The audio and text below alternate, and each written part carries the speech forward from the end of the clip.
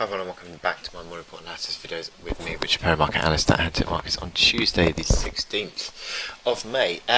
We're looking at Eurodollar now, and Eurodollar has broken out what's seemingly building to be three strong bull candles in a row. Certainly two bull candles on Friday and Monday.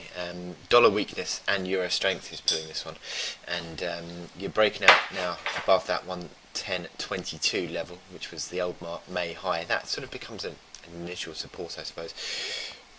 109.50, but then up towards 110 area, also as a basis of support. But where could it go to the upside? Well, you've broken out, and 108.50 up towards 110.22. That gives you what, 170 ticks. That sort of breaks out a bit of a range, doesn't it? If that is a range breakout, it's not amazingly.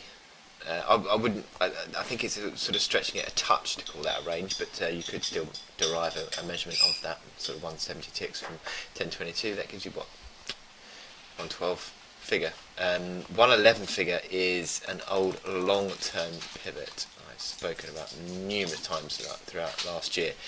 111 big figure has been sort of key turning points on the medium-term charts. So 111 figure comes in as your initial resistance. 111.43 was this reaction high that we saw here on the 11th. That date there was the day after Trump. So it's a bit of a,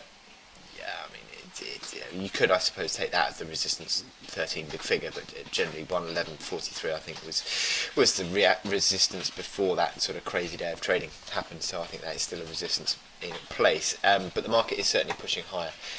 You can see here on the hourly chart, you've seen consistent gains throughout the last few days, and breaking out on an accelerating basis today. So you're stretched at the moment. So a pullback towards 10.22. Probably not necessarily to be unexpected. I'd say 110 figure area, but I think generally between 1950 and 110, there's a pretty decent sort of band of support really that you can probably point towards. As these momentum indicators probably just unwind a touch, but at the moment the euro is not stopping. It's got 73 ticks up on the day.